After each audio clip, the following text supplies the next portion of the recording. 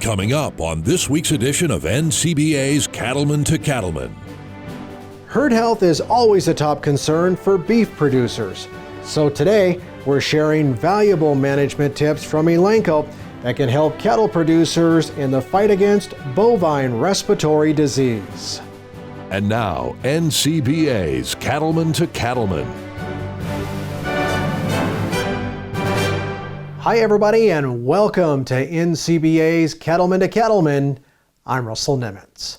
Well, as the voice of the cattle industry in Washington, the National Cattlemen's Beef Association makes a difference for cattle producers. Every day, the DC staff work on a number of policy and regulatory issues that could impact the U.S. beef cattle industry. We've got an update on what's happening in this week's Beltway Beef Spotlight.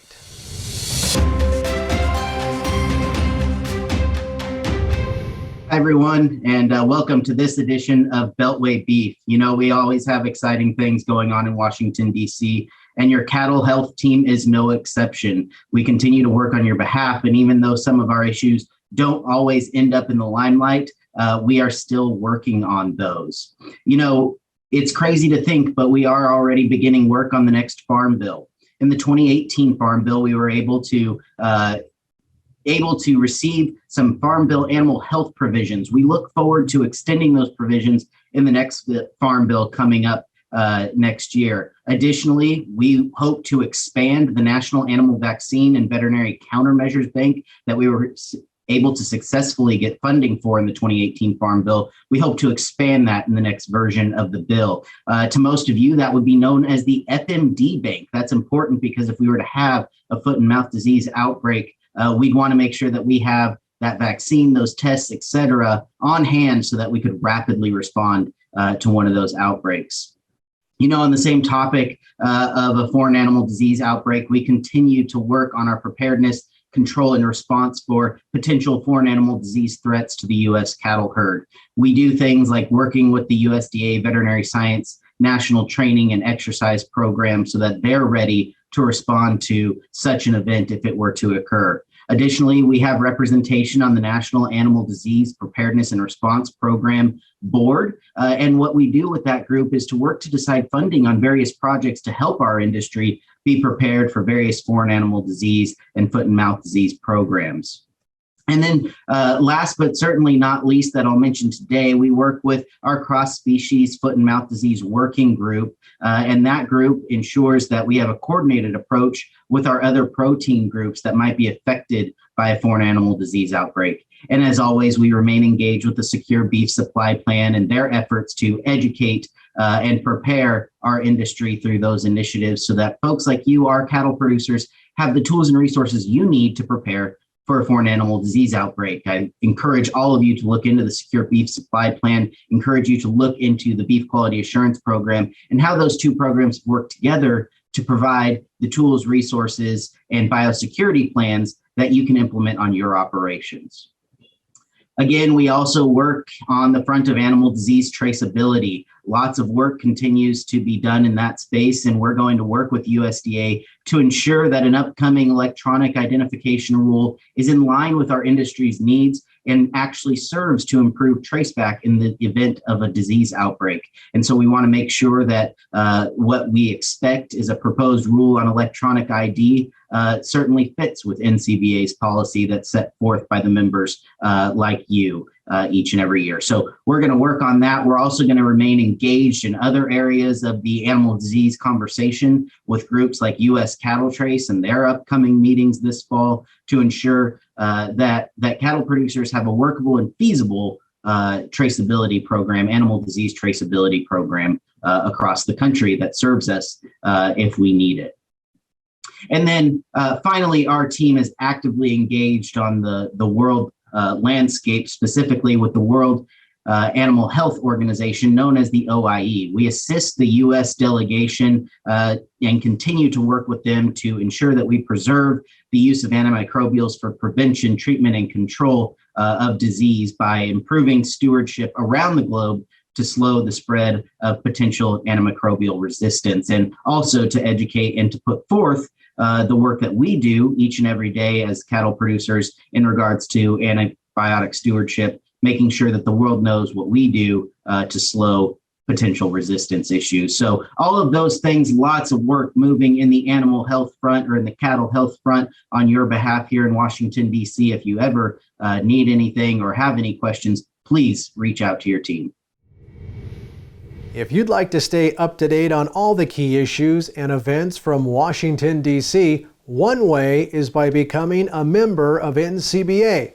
When you join, you'll get the Beltway Beef newsletter, a weekly update straight from Washington that provides valuable insights on the key policy initiatives that may impact your business. Just call 1-866-233-3872 or visit the website ncba.org.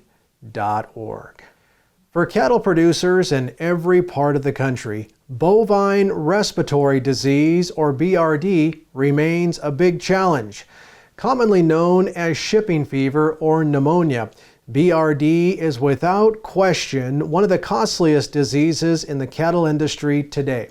It robs U.S. producers of about $1 billion each year due to death, reduced performance, treatment, and of course labor. BRD has a broad range of pathogens that cause it, and producers can't always control or avoid certain stressors such as weather and transportation that can leave cattle vulnerable. In this special edition of Cattlemen to Cattlemen, we'll share a wide variety of insights from producers and veterinarians to learn more about how they address the challenges of BRD, as well as the solutions they use to help keep cattle productive and healthy. First, let's visit an Oklahoma stocker operation to hear how BRD impacts their business and what management tools they use to control it. PNR Livestock is a stalker cattle operation. We buy stalker calves out of sale barns and we start them on grass and grow them till they weigh about 800 pounds till we market that animal. We've been in business 25 years. We've been in Oklahoma 15 years. We're originally from Mississippi, and we moved out here in 2006. There are differences. We have less rainfall, and we have more seasons here. And so that is a big difference in how the cattle start. We have maybe a shorter grazing season here, either in the spring, summer, or in the winter. However, we have more opportunities here with summer grazing being much more effective or economical here. When we buy these cattle, they weigh about 300 pounds coming straight out of the sale barns. And as soon as we get them, we try to get them in a chute and process them and then turn them out as fast as possible. It's important to get them in and out quickly because it's less stress on that calf the quicker you do it. If you hold them in the pens for 2 or 3 more days, or they're on a truck for a full day, it's a lot of stress on them, and it's more of a high risk to BRD. Respiratory disease is just part of what we do, okay? And we understand it. We're confident in our regime that we use to treat with. We're confident in our eye of picking those 6 out. We're good at picking them out early. Our challenges are genetic differences in our calves. And that's the big challenge in the type animal we buy, is if you buy 100 calves, chances are they came from 100 different places. They all have a different genetic makeup, and so they're all different. And understanding that helps you get them on a fast track and get them going. Here at this operation, they focus on high-risk cattle. Maybe you'd call them uber-risk cattle. I think they do a really super job here in trying to tailor their program, the way they handle the cattle and get them started and ready to get out into the pasture. We've had the same protocol for 20 years, okay? We don't change it. You know, it's very simple. Nothing magic about it. My opinion is less is better at the processing. We try to buy them during the day and process them that night or first thing the next morning. While the cattle are still in that sale barn mode, we get them processed and get them out. It keeps them fresh. and we're able to get some nutrition in them, and we don't have to bring them back through. We do very minimal at the chute, and the first thing we want to do is train them to a feed truck, a dog, and a horse. And once we get them broke to that, we can control them, we can handle them, we can make our pulls very easy. Depending on the time of year, the pulls will come fast or come slow, depending on the time of year, and we realize that and we understand that. And so really that's what we do. So respiratory disease is important. It doesn't matter if you're at the beginning of the cycle of cow-calf, or you're at the finishing phase, and everything in between. It's really important. It probably reaches its height of importance in the stalker phase or the backgrounder, because that's right after weaning, and so that group of producers really might feel the brunt of those respiratory problems. And they're also subject to any poor management that went on ahead of time. Still to come here on Cattlemen to Cattlemen, we'll hear more from the Goulds on how they identify and treat for BRD in their herd, plus some practical advice on tools available in the fight against BRD. Stay with us.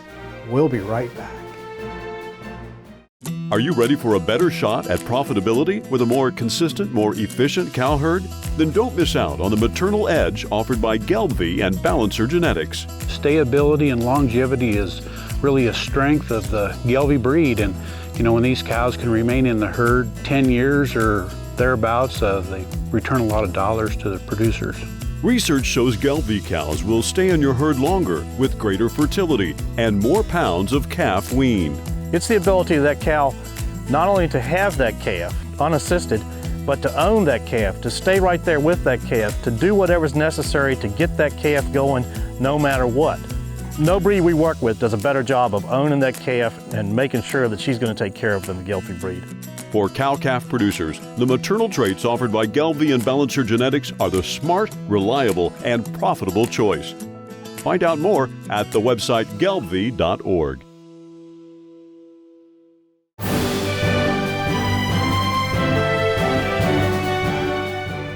Welcome back.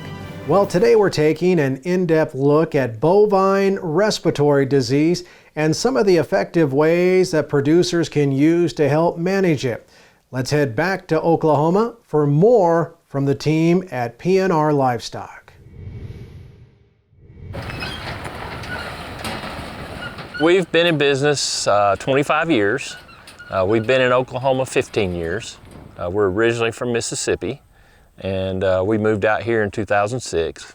And basically what we do is we buy light sale barn calves out of eastern Oklahoma.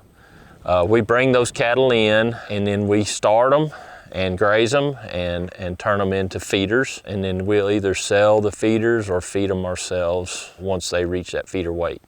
So certain times of year, they're buying cattle here that are really pretty lightweight, might be 250 to 350 pounds, just come off the cow, and hopefully, probably have some colostral immunity, so they're running a little bit on the favors from mother, and so those cattle would look like it to be a really high risk, but they don't tend to break quite with respiratory disease as early. They're purchasing cattle here that have not received a lot of care. They may be thin. They haven't received any vaccination prior to coming to this place.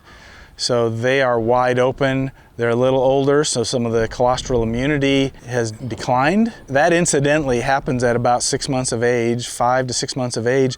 Those maternal antibodies that we want to get in calves when they're young, there's a half-life. You lose about half of what's in the calf every month. And we see that get to a critical level in about 6 months of age.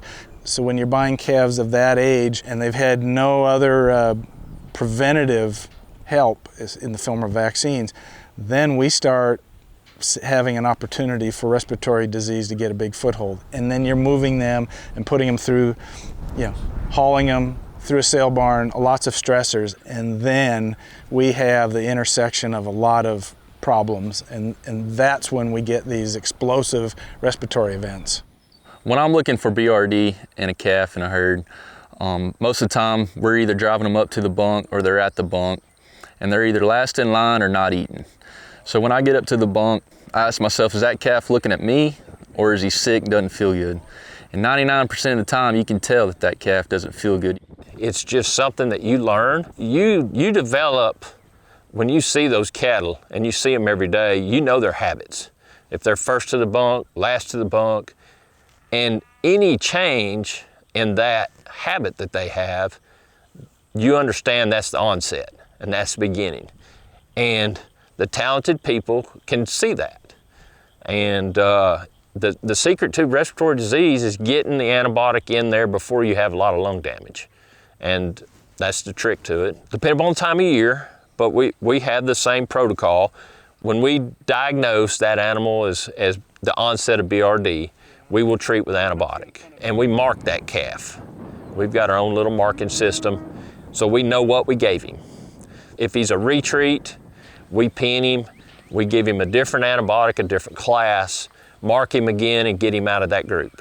It's my opinion that respiratory disease is more of a personality or disposition of that animal. He doesn't want to compete at that bunk.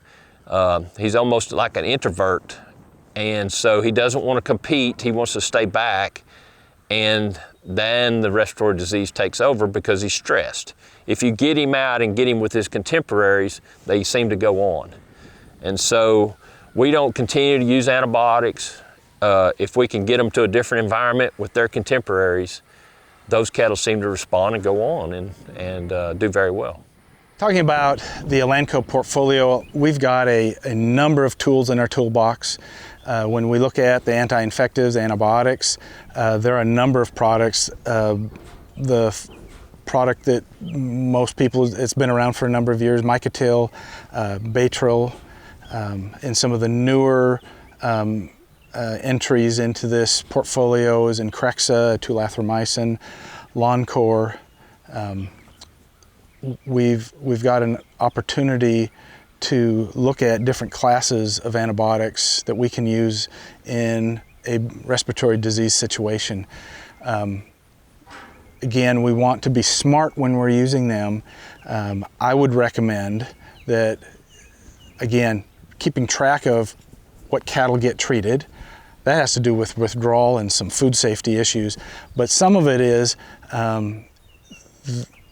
to make sure that we stick to a protocol. So if we start with a antibiotic that's in the macrolide family of antibiotics, and we do have a retreat 2 weeks later, or just down the line, we want to make sure we've kept track of who got what so that we don't use the same class of antibiotic again. When we need to treat with BRD, we treat with Micatil.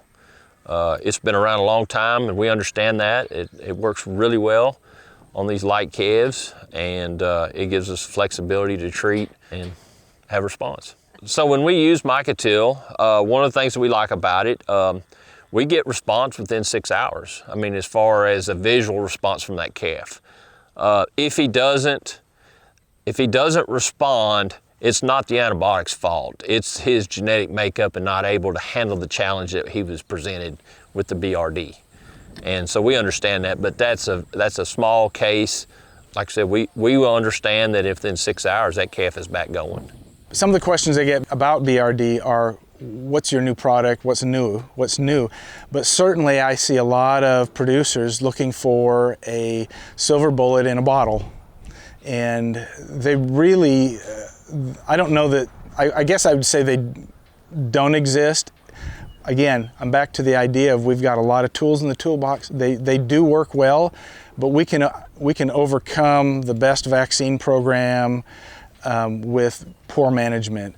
So my best advice to stocker producers is to look towards the cattle with a minimalist eye. What do we know we need?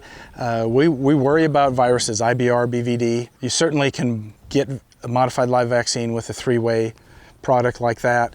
Certainly I think in these high-risk calves, especially if you're using metaphylaxis, a Mannheimia hemolytica product is warranted and can pay off.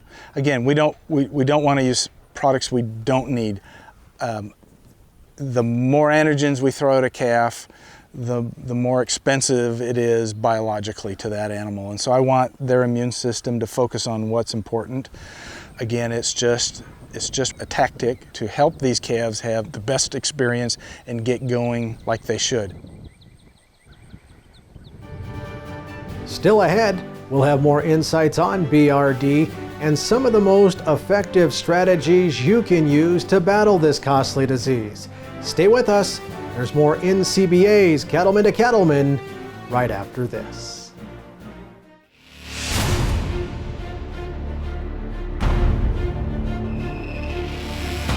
When the field is your office, you never get tired of going to work. Cut, rake, bale, repeat.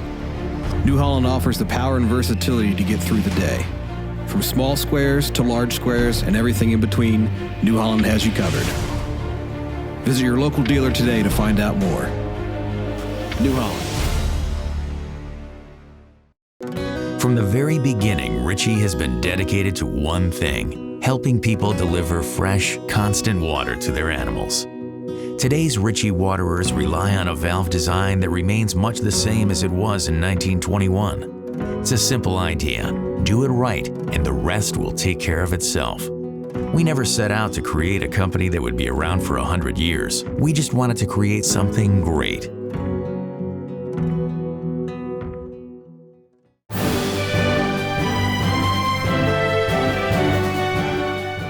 BRD is an issue for cattle producers and veterinarians alike.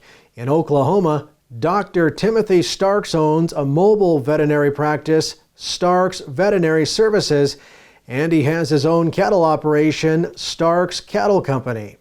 Dr. Starks tells us that BRD is still the #1 animal health issue that he sees every day for both his operation as well as his clientele.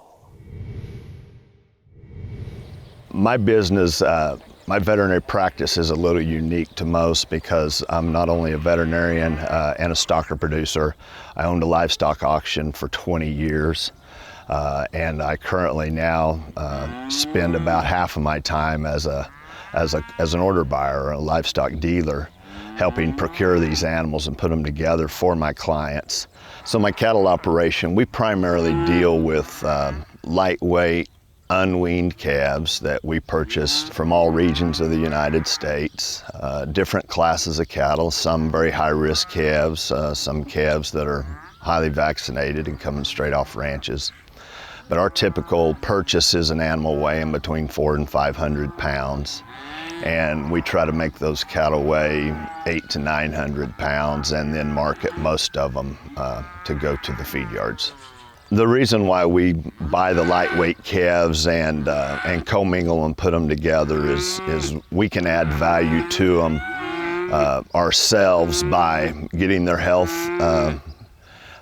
situation fixed, getting them in a proper nutrition plane, and then assembling them into larger groups of similar cattle so that we can market.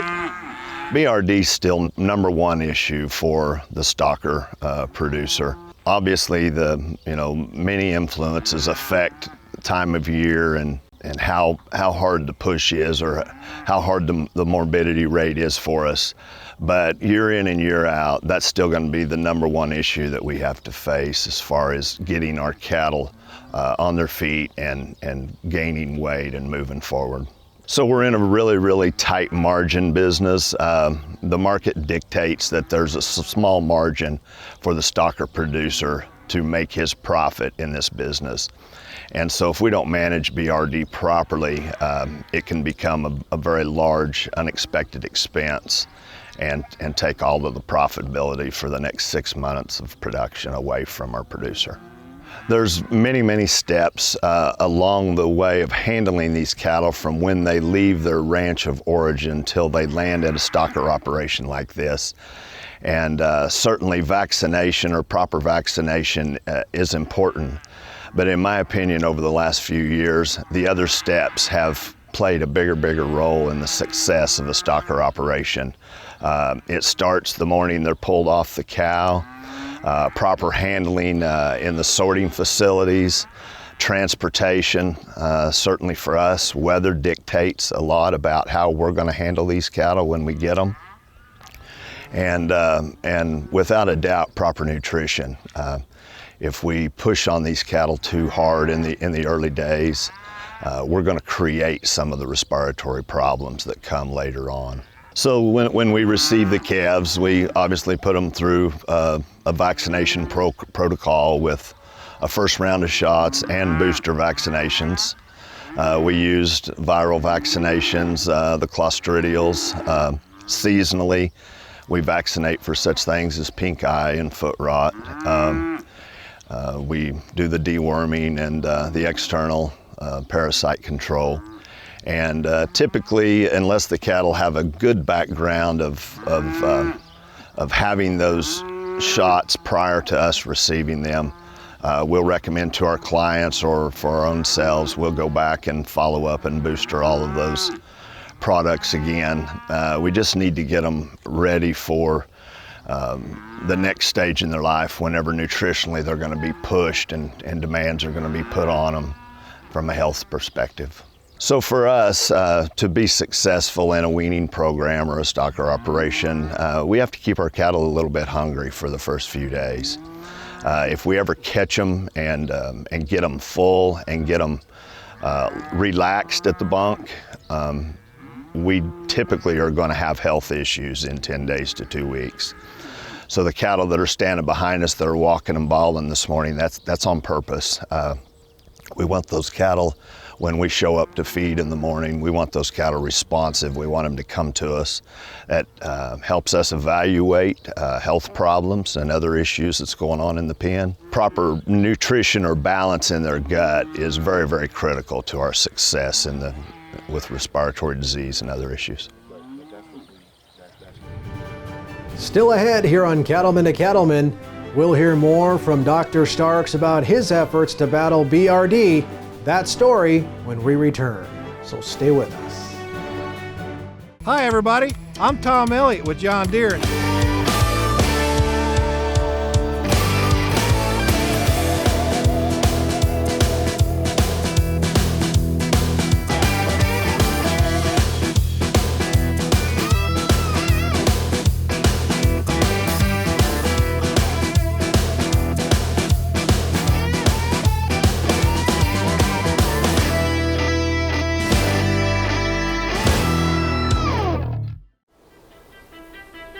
Getting to run a family farm is a dream come true. When you can grow good grass, there's opportunity to grow plenty of weeds. We want to use the tools that will help us do a better job. I would like the legacy to be that we took really good care of the land and we truly did it as a passion and we did our very best for the right reasons.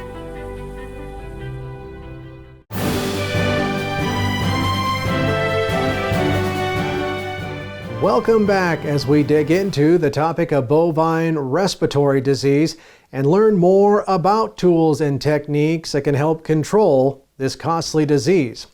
Now, BRD continues to be a top management priority for Dr. Timothy Starks in Oklahoma, not only for his cattle operation, but also in his veterinary practice. Let's hear some of the BRD advice he often shares with the producers he works with. So my practice started in 1992.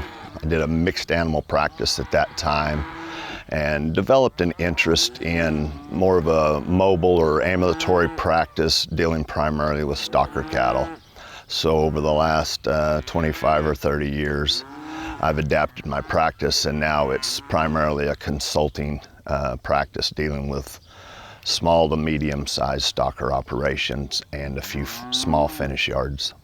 The value we've added is buying smaller groups of cattle, commingling them into uniform groups to market them. So ultimately at the end, marketing the product that we have and selling our name and our brand is where our profit's going to come from. Most of the clients that I have in the stocker business have been doing this for a long, long time. So they're well acquainted with the symptoms of BRD. They're really good about getting those cattle pulled at an early stage in the infection.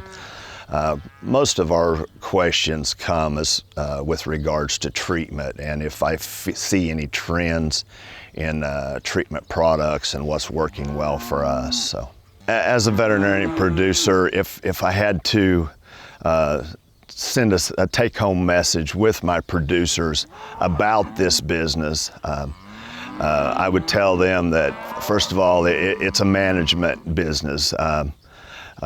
We have to manage those cattle from day one properly to pull our tiny margin out of the cattle in our window of the production chain. We can make 5 or 6 good steps in a row, and then we can make one bad step and we can lose all of our profit. We rely on our own experiences. We obviously keep a lot of these stocker cattle around ourselves, and we're treating a lot of BRD on a daily basis. And so if we see trends in our successes in treating these cattle, we're able to share that with our clients and help them be more successful. Probably one of the most common misconceptions when it comes to products and the treatment of BRD, and one of the things I hear from clients on a weekly basis, is that a specific product that they're using has quit working. And we obviously, as scientists, know that products don't overnight quit being effective against bovine respiratory disease or other infectious agents. So what we have to talk to our clients about at that time is all the external factors and the other issues that are involved in the success of treatment with BRD. And so that's when we start talking to them about management, nutrition, and the other things that go into our success. Our typical treatment protocol is going to involve obviously an antibiotic, but we also do some nutritional supplementation along with that. And we make changes in diet whenever we pull cattle off of the main ration or out of the main pen and treat them. They're going to a diet that is a little more gut friendly and a little more concentrated as far as energy and protein, because those cattle typically aren't going to eat as much as the group, and so we're going to reduce competition, pull them out of the main pen, and try to support them that way. Our goal is to provide prevention, treatment, or control of bovine respiratory disease, and there are a few products that we like to use that historically have been very successful for us. And we'll let the cattle and the weather dictate which of those products we use, and or if we choose to not do so, to get those cattle off to a quicker start. We've used a lot of Mycotil in our program over the years. I came out of veterinary school in 1992 when Mycotil was just launching, and it was a revolutionary product at that time, and we put it into our management practice. And we've continued to use it for many years. One of the other tools in our chest for treating respiratory disease is Bayatril. That product we use routinely for a first or second line treatment for bovine respiratory disease. We are much more successful with Bayatril when we use it in the low dose 2 treatment regimen. Product works very well for us in treating these lightweight stocker calves for respiratory disease. For those of us that are out here in the field and working with stocker operations every day, it's vitally important that the people in research and development, the veterinarians and the doctors, continue to find new products for us, because we see disease patterns changing out here.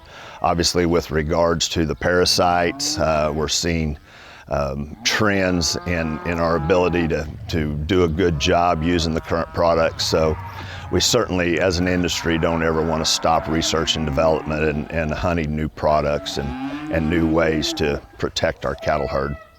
So from the early stages of my career as a veterinarian, I developed a relationship with Elanco Animal Health. And over the last several years, I've grown to realize that that's a company that is committed to the industry and is trying to make innovative products and innovative product lines.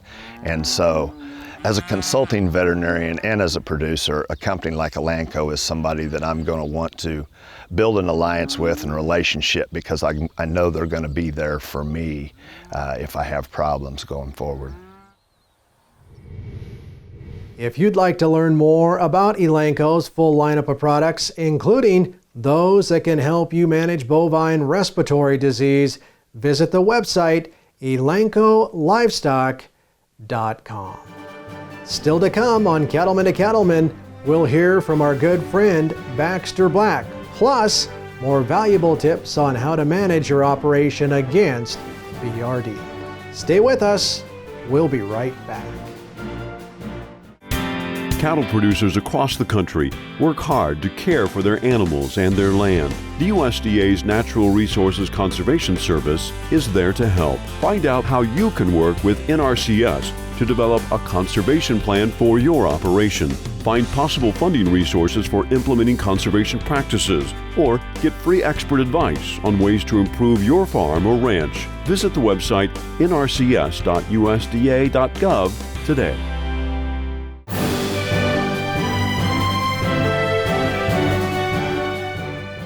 Welcome back to NCBA's Cattlemen to Cattlemen as we continue our discussion on bovine respiratory disease. Now, let's head to the Sparks Ranch, where fourth-generation producer Dylan Sparks runs a cow-calf and stocker operation in the Arbuckle Mountains of south central Oklahoma. Our cattle operation is pretty diversified. It originally started out in the 20s as just running stock cows, and then at that time there's a stocker operation here, and they finished beef and then would ship it to Chicago.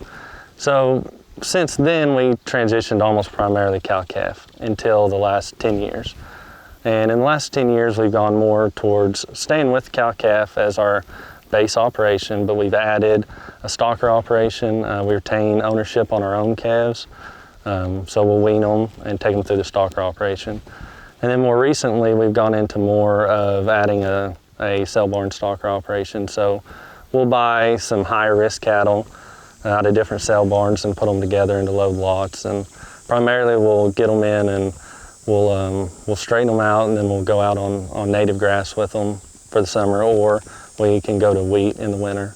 The stocker cattle we buy, we try to buy pretty good cattle, but at the same time buy value. So we'll buy in smaller groups, and we'll congregate them together and get them shipped here on a semi. So they'll come from a lot of different places and a lot of different cell barns. So we really don't know anything about these cattle, so we assume that these cattle haven't had anything or haven't had much done with them.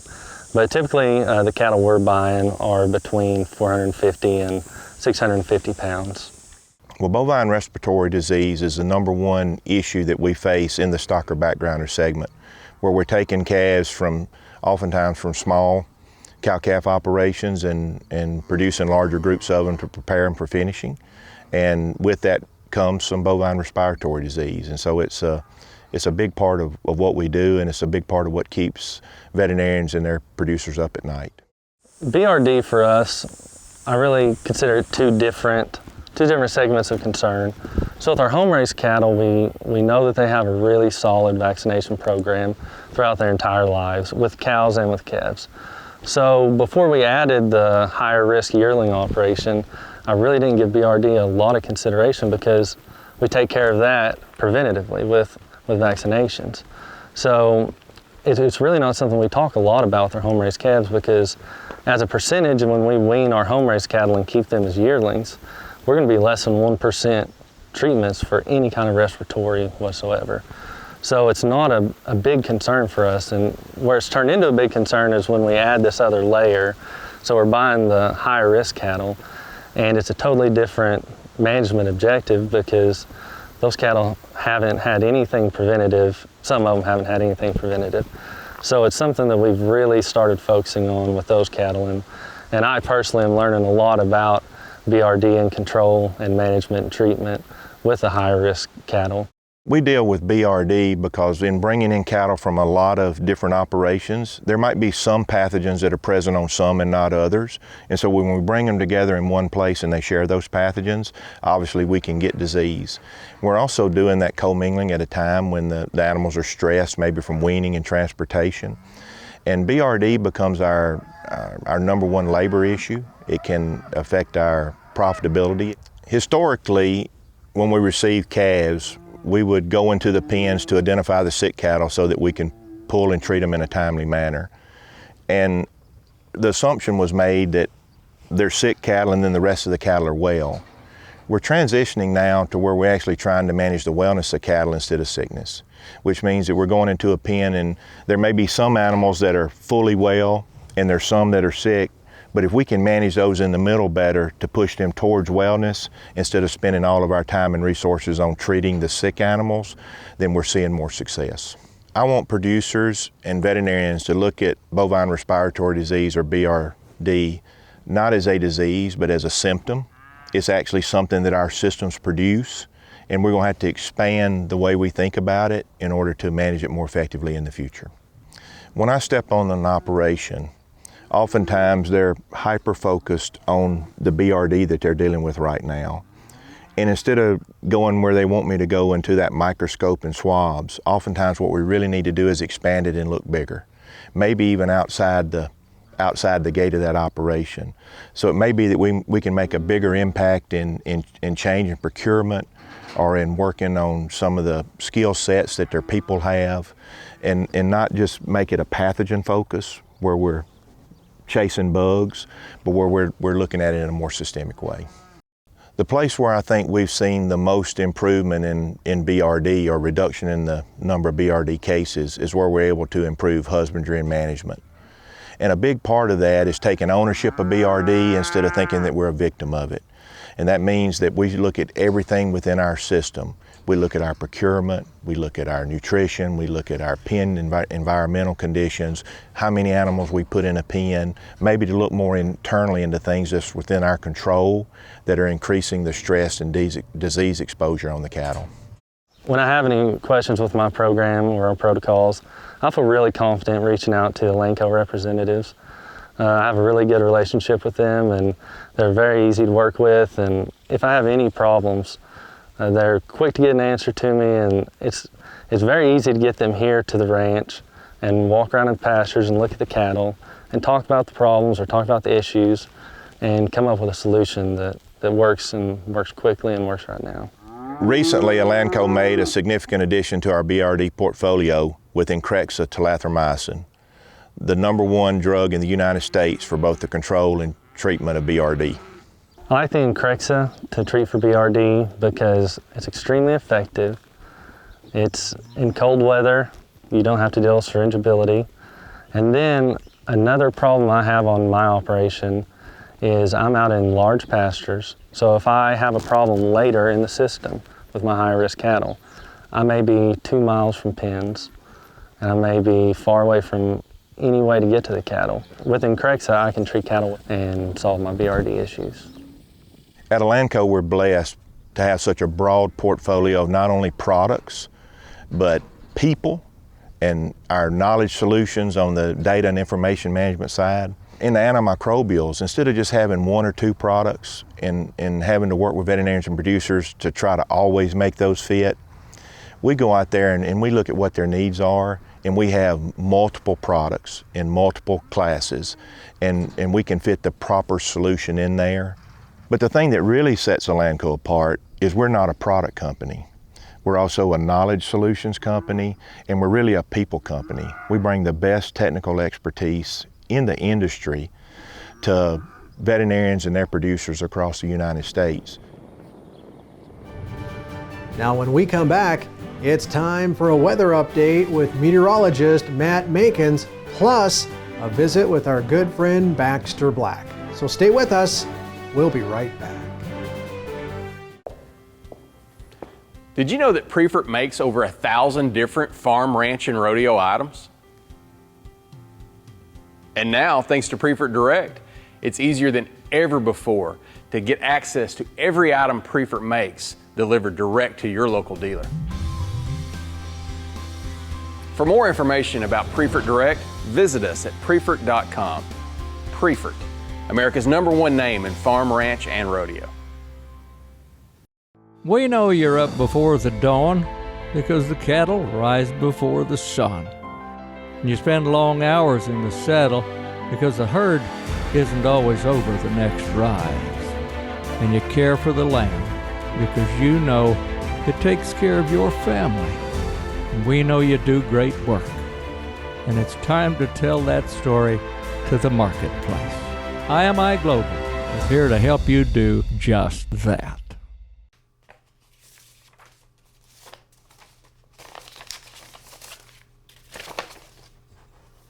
Dear Baxter, as a fellow veterinarian, I'm hoping you can help me. My wife Nancy has 2 cow dogs that will readily obey commands until they get near a cow. Then they chase the critter and can't hear a word we say. It's obvious to me they go deaf near livestock. So what's your diagnosis? Signed, Anxious Inticiding, Dr. L.W.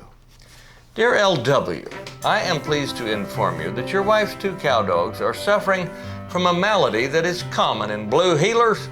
It also occurs in species further down the food chain, like backyard horses or bird dogs or teenagers. Your suggested diagnosis associates their problem with the nearness of cattle.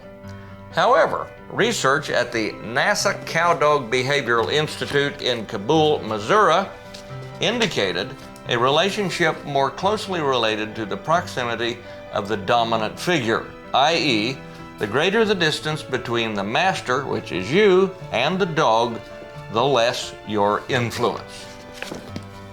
The technical name for the syndrome is called Progressive Dumb Dog Detachment Amnesia, or PDA. Now, there are some social scientists who believe that PDA is a result of a broken home, a puppyhood trauma, or sucking hind tit. However, extensive studies have been done to discover a method to change the PDA dog's behavior, such as necking him to a mule or letting him drag a 100-foot log chain. Although these techniques can alter his direction, they often interfere with his mobility in the corral. Probably the most state-of-the-art information has come from a sheep herder in Alcoba, Wyoming. It is his contention that there is nothing wrong with the dog's hearing, his breeding, or his training. Your dog is simply evolving into a thinking being and has simply chosen to ignore you. My advice, live with it or leave him home. This is Baxter Black from out there.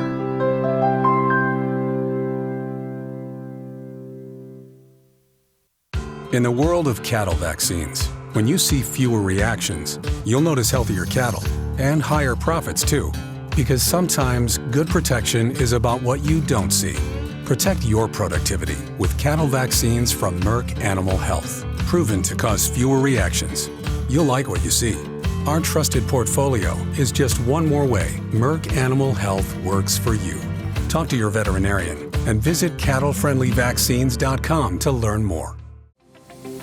Time now for Weather Watch with meteorologist Matt Makins.